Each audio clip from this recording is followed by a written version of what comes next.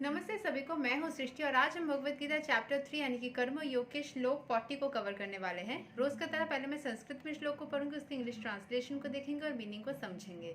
तो चलिए शुरू करते हैं। इंद्रियाणि मानोबुद्धि अस्याधिष्ठानम् उच्यते इतैर्विमोहयत्यैषा ज्ञानम् अवर्त्या देहिनम्। The senses, the mind, and the intelligence are the sitting places of this lust. Through them, lust covers the real knowledge of the living entity and bewilders him.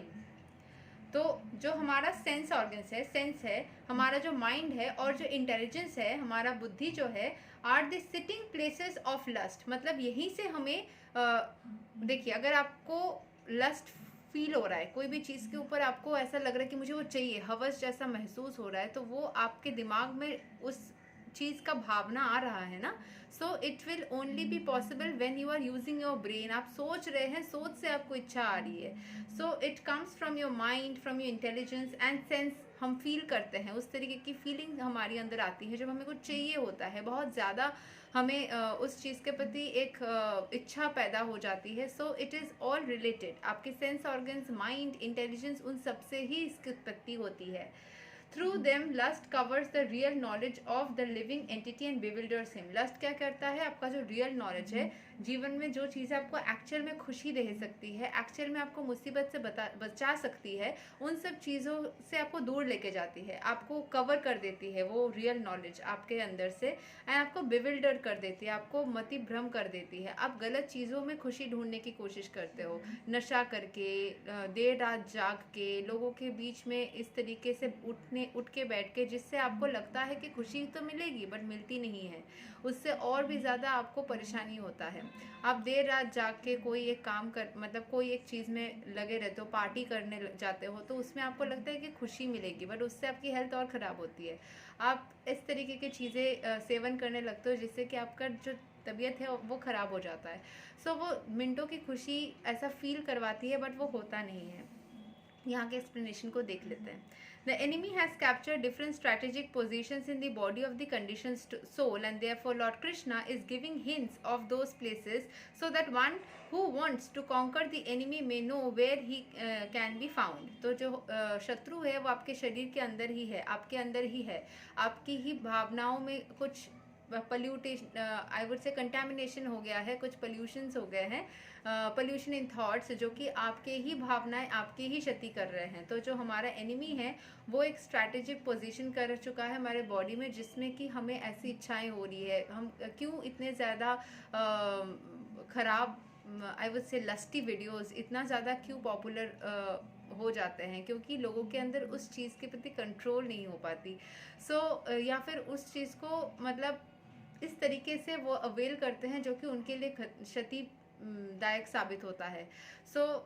हमारे body में इस तरीके से वो जगह बना चुका है, हमारे सेंसेस में, हमारे माइंड में इस तरीके से जगह बना चुका है जो कि हमारे लिए हमारे ही थॉट्स एनिमी जैसे बन रहे हैं। तो कृष्ण भगवान हमें उस तरीके से गाइड कर रहे हैं समझने के लिए, ताकि हम उसको कॉन्कर कर सके, हम नेगेटिव चीज़ों से खुद को दूर रख सकें एंड आगे बढ़ सकें। Mind is the center of all activities of the senses, and thus when we hear about sense objects, the mind generally becomes a reservoir of all ideas of sense gratification, and thus as a result the mind and the senses become the repositories of lust. तो क्या होता है कि mind जो है वो centre of all activities, हम जानते हैं कि ब्रेन ही सारा एक्टिविटीज़ के लिए हमें इंस्ट्रक्ट करता है कि ऐसा करना चाहिए, वैसा करना चाहिए। हमारे सेंस ऑर्गन्स को, हमारे ऑर्गन्स को, हर किसी को ब्रेन या माइंड ही बताता है। तो हम जब when we hear about sense objects, कुछ भी चीज़ के बारे में जब हम सुनते हैं, वो ब्रेन में जाके स्टोर होता है and becomes a reservoir of all ideas. तो क्या होता है, वो माइंड में जाके स्टोर होता है, फिर उसके ऊपर हम और दिमाग चलाते हैं, सोचते हैं उसको कैसे हम अपने फ़ायदे में लगाए। कोई भी चीज़ हम पहले सुनते हैं तो उसके प्रति हमारा ब्रेन पहले उसको स्टोर करता है, फिर सोचता है कि कैसे हमारा दिमाग, जो इंसानी दिमाग है, उसका नेचर ये है कि कैसे किसी भी चीज़ को अपने फ़ायदे में लगाया जाए। तो ऐसे सोचता है और वो धीरे धीरे एक मतलब पागलपन की तरह चाहत में बदल जाता है। अगर वो मिले या ना मिले, अगर आपको वो चीज़ पसंद आ गई, आपको चाहिए मतलब चाहिए, फिर वो एक लस्टी फीलिंग के तरफ जाता है। ठीक है। एंड फिर आपको वो चीज़ बढ़ता ही जाता है, बढ़ता ही जाता है। जितना आपको इस चीज़ के ऊपर आपका दिमाग जब काम करता है, एक बार अगर आपके अंदर ऐसे हवस वाली या लस्टी फीलिंग आ गई तो उसको कंट्रोल करना अगर आप नहीं कर पाए तो फिर वो बढ़ता ही जाता है, ख़त्म नहीं होता है। So next, the intelligence department becomes the capital of such lustful propensities. तो वो वैसा ही काम करने लगता है, इस चीज़ के ऊपर आपको नशा चढ़ जाता है, जैसे एडिक्शन हो जाती है, फिर वो आपको ही तबाह करने पे लगता है। मतलब आप उस तरीके की चीज़ों से खुद को घेर लेते हो एंड लगता है कि एक ही बार करेंगे, फिर नहीं करेंगे, एक ही बार इसमें जाते हैं, फिर वापस आ जाएंगे, फिर वो एक बार कभी ख़त्म नहीं होता, वो बार बार होता जाता है। एंड बार बार होते होते होते होते जब आप उस एक पर्टिकुलर अगर आप इंसान मानो या फिर कोई एक चीज़ के साथ आप बोर हो जाते हो, फिर सिमिलर और एक इंसान या और एक चीज़ के साथ में आप खुद को जुड़ लेते हो जिसमें एडिक्शन वाली चीज़ है, या तो कोई इंसान के साथ में संबंध शारीरिक, या फिर कोई ड्रग्स, या फिर कोई अल्कोहल, या फिर स्मोकिंग, कोई भी एक चीज़ के साथ में आप खुद को जोड़ लेते हो और फिर निकाल नहीं पाते हो।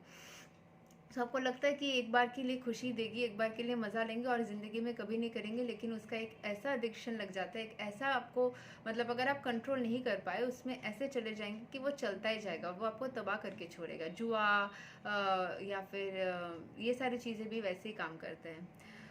So, intelligence is the immediate next door neighbor of the spirit soul. Lusty intelligence influences the spirit soul to acquire this false ego and identify itself with matter and thus with the mind and senses. The spirit soul becomes addicted to enjoy the material senses and mistakes this as true happiness. The false identification of the spirit soul is very nicely explained in the Srimad Bhagavatam. यस्यात्मा बुद्धि कुनापे त्रिधातुके स्वाधि कलात्र दिशु भौमा इज्याधि यत्तीर्था बुद्धि सलीलेना करहि चिज जाने स्व अभिज्ञेषु साइवा गोखरा. A human being who identifies his body made of three elements with his self, who considers the byproducts of the body to be his kinsmen, who considers the land of his birth worshipable, and who goes to the place of pilgrimage simply to take a bath rather than meet men of transcendental knowledge, there is to be considered as an ass or a cow.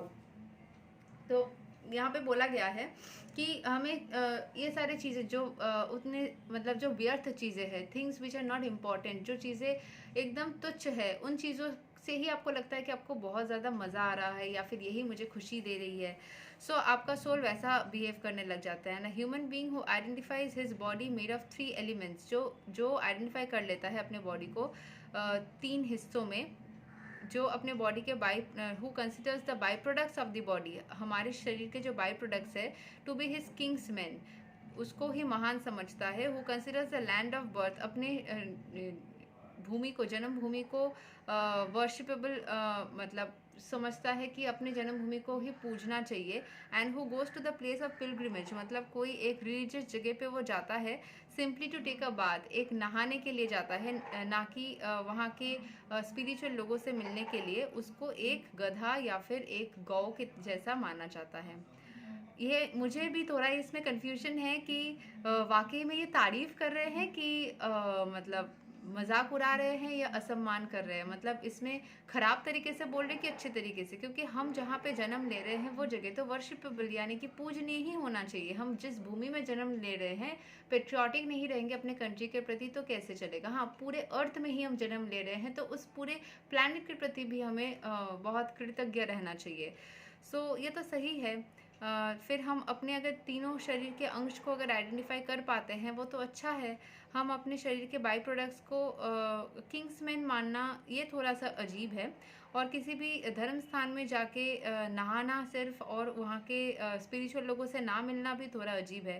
तो एक दो अच्छी चीज़ें बोला जा रहा है तो ये थोड़ा सा मुझे भी कंफ्यूजिंग लग रहा है कि ये सम्मान कर रहे हैं, क्योंकि गौ जो है वो बहुत ज़्यादा प्रिय है कृष्ण भगवान के. तो गौ किसी को बोलना क्या असम्मान करना हो रहा है या फिर उनको सम्मान देना हो रहा है. So this is a little confusing, but यहाँ से यही पता चलता है कि अगर हम कंट्रोल नहीं करते, ओवरऑल जो मीनिंग होता है ना कि हमारा जो माइंड होता है, सेंस ऑर्गन्स होता है, ये सब कुछ ही अगर मति भ्रम में चला गया, अगर लस्टफुल एनर्जीज में चला गया, तो हम जिंदगी में गलत दिशा में जा सकते हैं. तो पिछले कुछ लोग से सेम चीज़ ही बताया जा रहा है that we need to control ourselves from doing anything which is wrong for us, जो कि हमारे लिए एडिक्शन क्रिएट कर सकता है.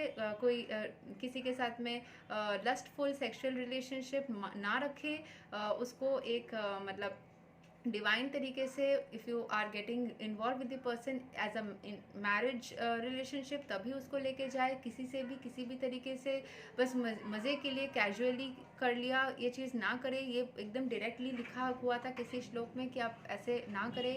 उस चीज़ से क्या होता है कि आपका ही खुद का जो होता है बॉन्डेज क्रिएट होता है, और उसमें आप एक अलग ही चीज़ में आ जाते हो, एक बॉन्डेज में, जिससे कि आपको खुद ही तकलीफ होती है बाद में. सो इट्स ऑल अबाउट कि आपको खुद को सही सही दिशा में रखने के लिए स्पिरिचुअल बन के रहना ज़रूरी है. तो यही तक था श्लोक number 40 of Bhagavad Gita chapter 3 Karma yoga. हमारे इस चैप्टर के और 3 श्लोक ही बाकी है, 41, 42 एंड 43. उसके बाद हम अगले चैप्टर में चले जाएंगे. तो मिलते हैं अगले श्लोक के साथ में. तब तक के लिए हरे कृष्ण.